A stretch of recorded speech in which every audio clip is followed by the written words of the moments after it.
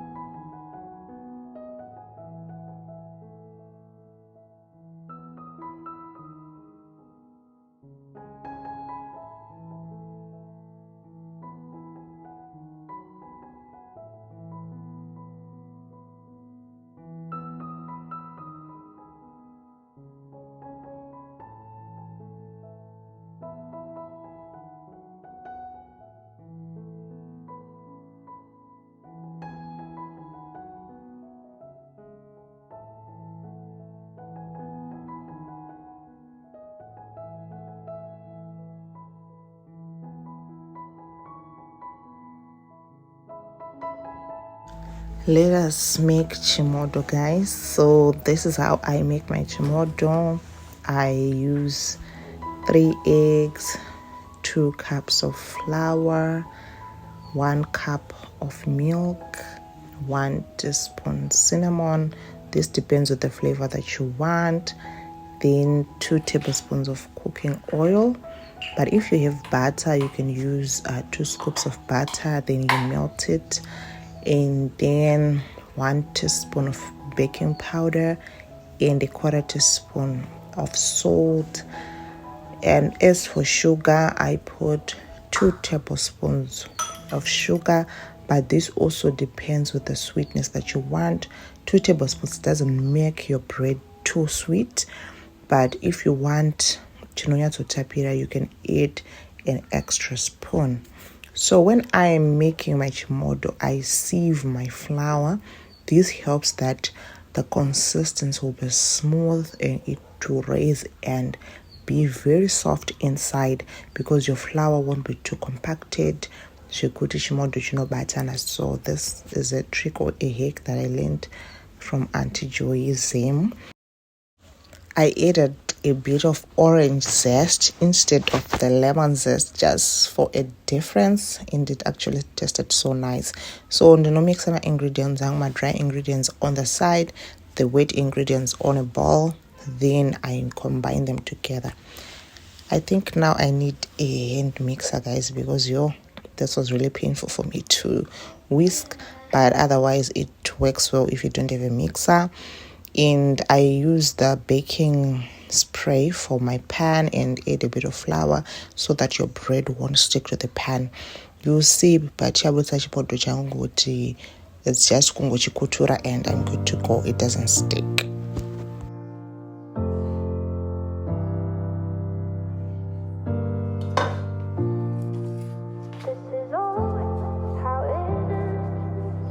I fell so hard when I said I wasn't falling. Had my walls up, couldn't let you get inside. But my safety net's gone and now I'm all in. And I'm scared that one day you might change your mind. And I don't know why it don't feel right. Oh, why's it so hard for me to let you in? Give you the key to get inside my head. I don't wanna make the same mistakes again, 'cause I know how this could end. And they always say that I did nothing wrong, but every time that they leave, feel like it's all my fault. Am I letting go when I need to hold on? This is always how it ends.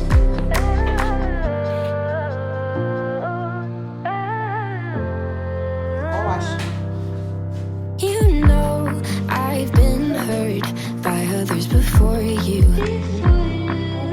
so I'm sorry if I shut you out before you get the chance to leave me all a mess. And I don't know why it don't feel right. And I don't know why I can't. I don't know, guys, how do you clean your homes? But as for me, I do the general cleaning, the sweeping, the mopping the house, tidying up and all that. But I have a thing that I call like micro cleaning, where I target maybe one point or one section just to quickly deep clean it. So today, you see that cupboard back there.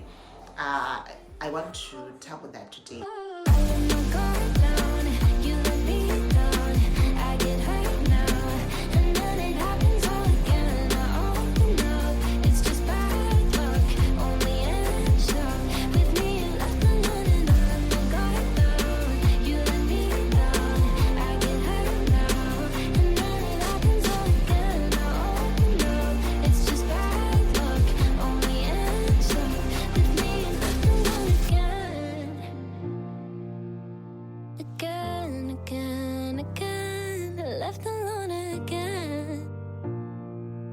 This is always how it ends.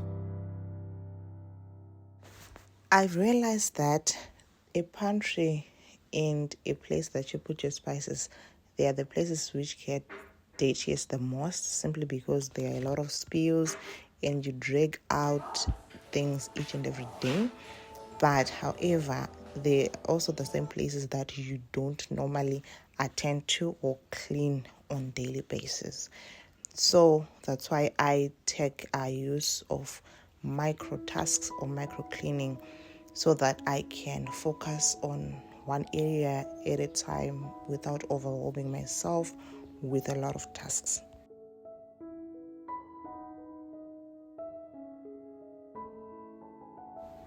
There are a lot of micro tasks that you can actually do each and every day when you do your routine cleaning. For example, you can just focus on cleaning the top of the cabinets, especially kana cupboards like to the ceiling. You have to clean because there's a lot of dust. And the other thing is about my windowsills. I've noticed that sometimes I have to intentionally say that today I want to focus on windowsills, especially the inside. The outside I normally do when I go out and clean my veranda. I can quickly wipe down, but inside the windowsills I have to intentionally do it. And also the cupboard under the sink where I put my detergents, it's also a micro task for me. On top of the fridge, I don't normally like putting things on top of my fridge, but over time, over weeks, I'll find that one or two items are just staying there and I have to declutter. And also my pantry, I've got a bigger pantry that I use to keep toys, tools, and a whole lot of miscellaneous things. I also have to focus on that on a day and or not I'm not that busy. And also let's talk about paembe. In the wardrobes, you can focus at one cupboard or one shelf at a time just to rearrange clothes. I normally iron my clothes, then I just take them up, but I'll have a day that I'd say, let me just look at this shelf, maybe my shelf, my daughter's or my husband's, that I take out all those clothes, then I rearrange them so that they can be smooth and flawless, because most of the times she don't, you know.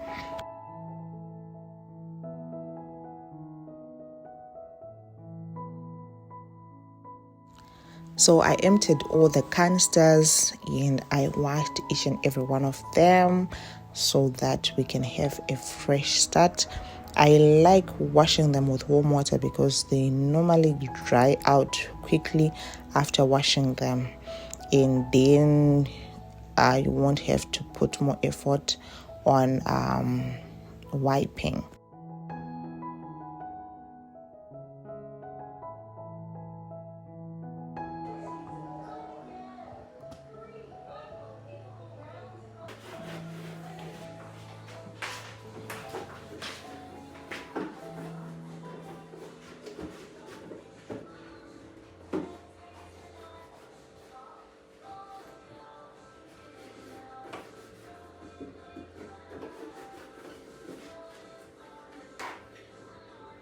So with a macro task, it should not take more than 30 minutes for you to complete it. But on this day, it took me longer because I wanted to shoot some content, changing angles and all that, consuming my time. But normally these things, they shouldn't take you a long time. It's just an in and out and you're good to go.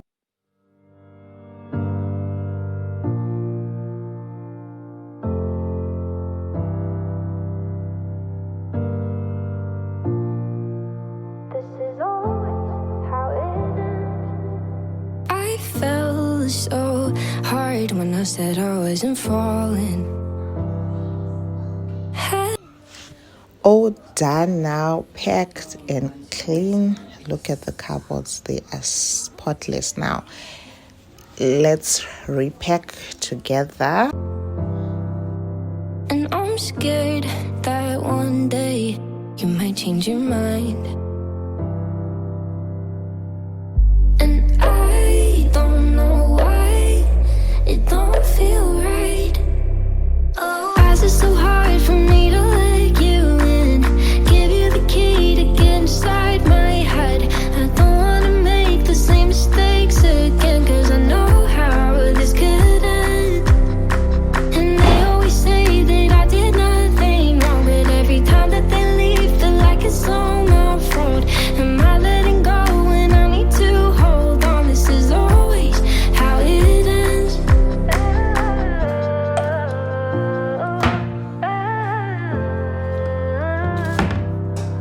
You know I've been hurt by others before you, so I'm sorry if I shut you out before you get the chance to leave me all a mess. And I don't know why it don't feel right. And I don't know why I can't decide. Oh, why is it so hard for me to let you in? Give you the key to get inside my head. I don't wanna make the same mistakes again, 'cause I know how this could end. And they always say that I did nothing wrong, but every time that A few hours later, I was making dinner. I just wanted to make something quick.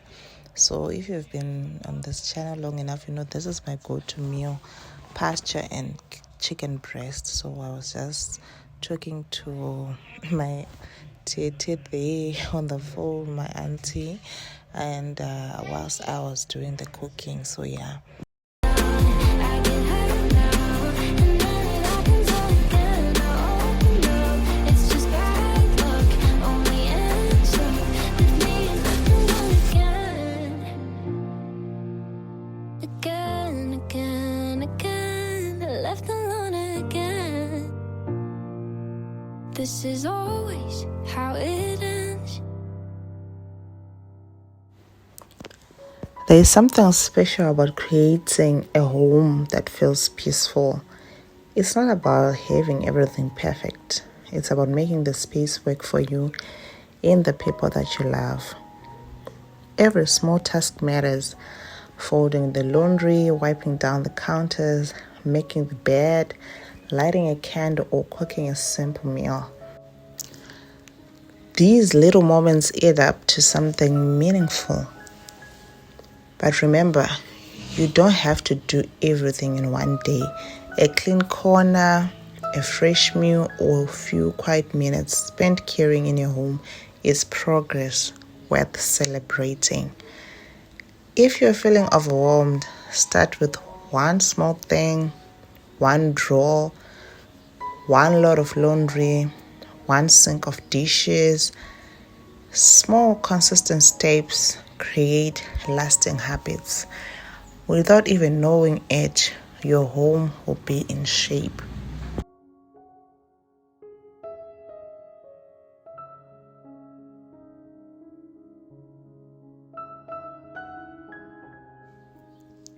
And if no one has told you today, you're doing a wonderful job.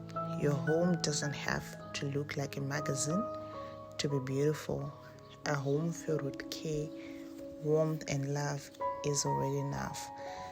Thank you for spending a little part of my day with me. I hope this motivates you to keep going, one simple task at a time. If this encouraged you, follow along for more homemaking inspiration, cleaning motivation, and cozy moments here and there. Together, we have created homes that feel lived in, loved, and full of peace.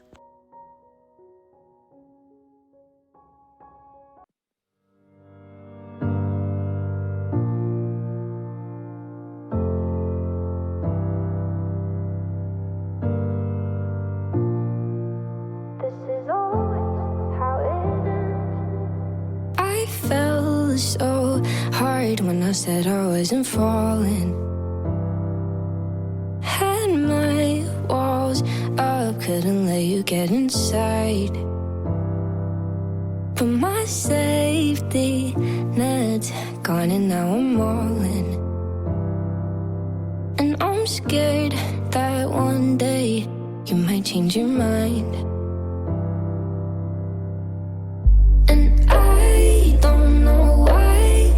It don't feel right. Oh, why is it so hard for me to let you in? Give you the key to get inside my head. I don't wanna make the same mistakes again, 'cause I know how this could end. And they always say that I did nothing wrong, but every time that they leave, feel like it's all my fault. Am I letting go when I need to hold on? This is always how it ends.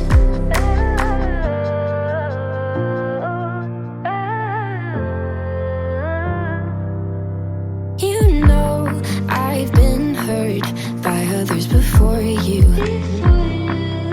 so I'm sorry if